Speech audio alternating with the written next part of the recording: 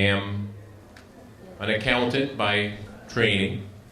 I came to Jamaica in 1995 when I'm Canadian. I was born in Quebec City, living in Montreal. My father-in-law came to Montreal in May 1995. And he said he had been in manufacturing for years, and he said he needed some help. He needed a financial controller to help him run this new business. He was getting into soft drinks. And I said, sure. I'd been a financial controller in Montreal for a few years in a food business. And I said, sure, I can help you. Well, needless to say, after about 6 months, I was driving forklift and putting labels on bottles and doing all kinds of things except being a financial controller. Wisynco is the family now I'm part of. I married Joe's daughter, Michelle. So it's a family business. It's been operating in Jamaica in sort of its current state since 1962.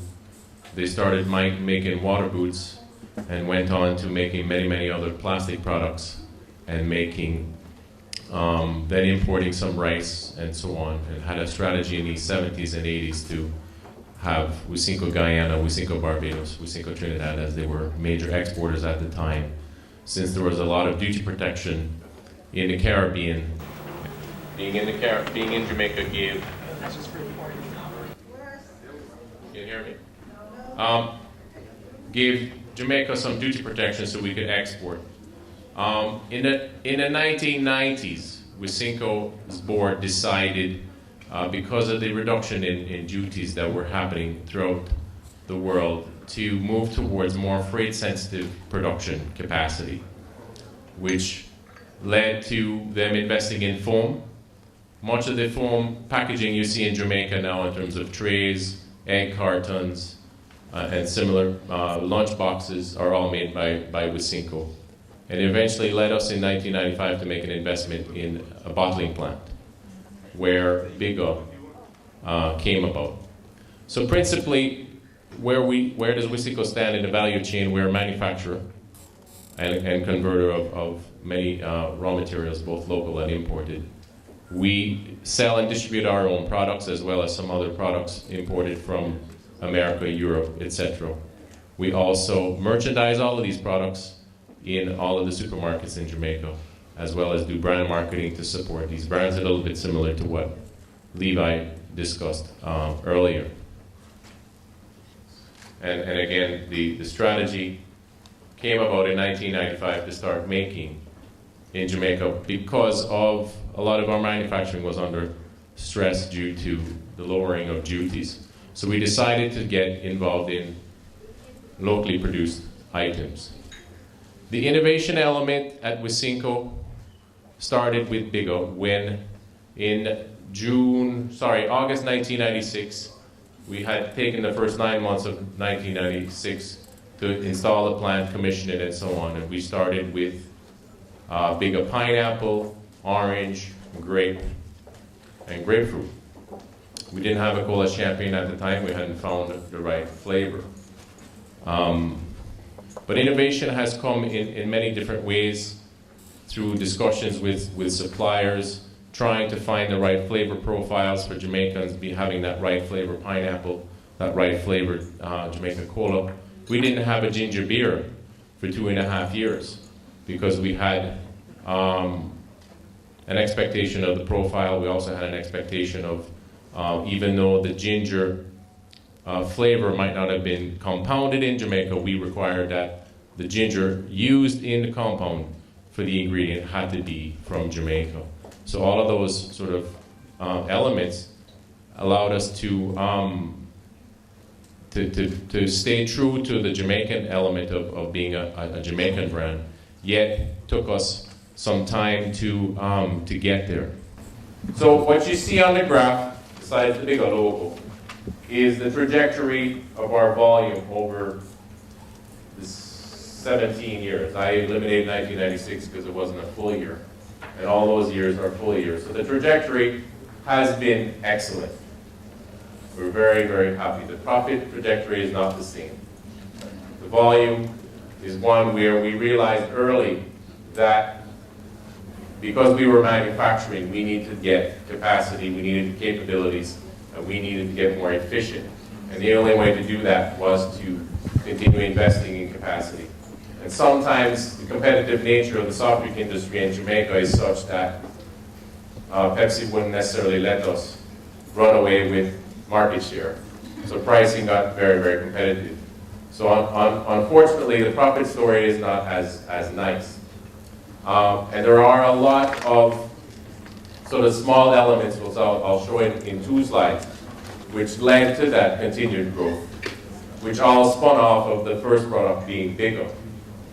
However, along the way, in terms of the innovation chain, how many of you remember, you Jamaicans remember a product called Ginger? Ginjah. One of you. It was a ginger-based series of soft drinks. There was a straight ginger beer, a ginger pineapple, a ginger sorrel. We had it for about 1.5 years. It didn't sell. How many of you remember a product called Irie Cola? Irie Cola. Similar story. We held on to that one a little bit longer because the chairman really, really believed in it. It was made from Jamaican busy nuts. And we tried to market that. And it had a particular taste, a very strong taste. And as I went through my files to prepare for today's event, I said, maybe we should try this again. How many of you remember a product called sparkling water? Yes, a few more. That lasted a little longer. We had a straight sparkling water, a lemon, and a lime. However, these no longer exist, and there's many more in our product development sort of file cabinet that didn't see the light of day. So I'll skip over the next slide because I've kind of gone over it.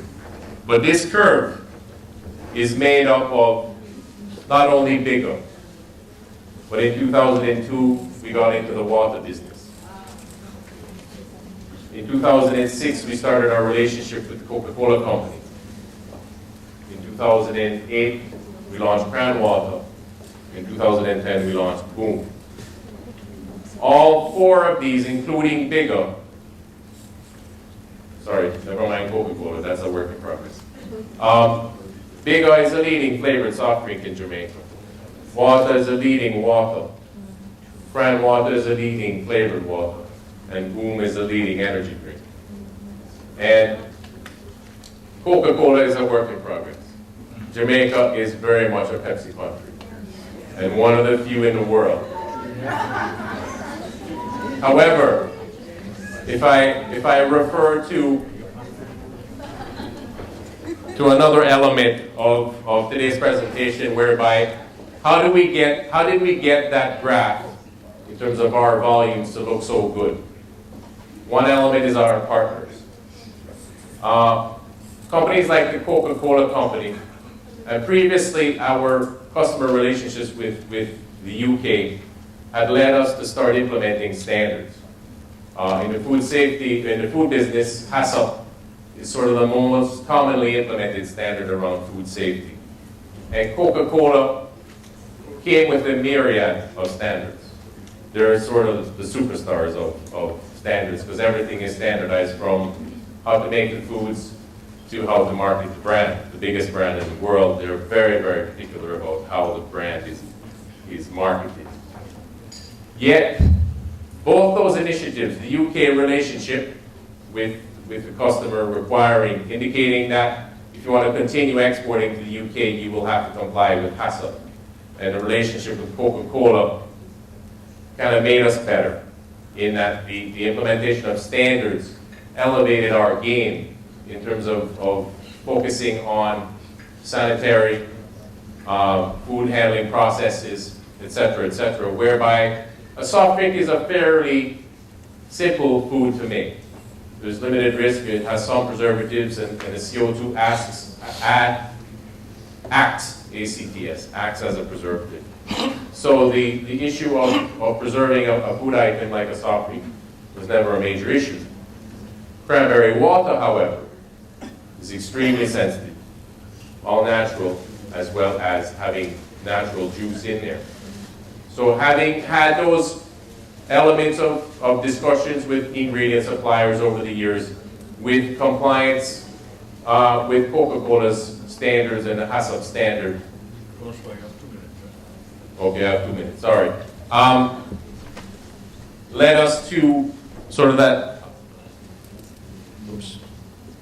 that cluster of partners, which include our ingredient suppliers, Coca-Cola, our customers like UK customers and other customers here in Jamaica, giving us feedback about what works and what doesn't work, and our employees.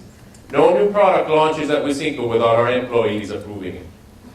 It's a very informal process, but you see it immediately we always run a product first on the line, not for resale, just for testing. And if the employees don't like it, it doesn't go anywhere. The next thing that Wisynco has that I will equate with what Levi was all about. We have a set of values that we've agreed upon with the employees over the last few years, and we have an acronym called CHIRP. The first 4 words are self-explanatory. The big one is passion. And I equate it sometimes to madness,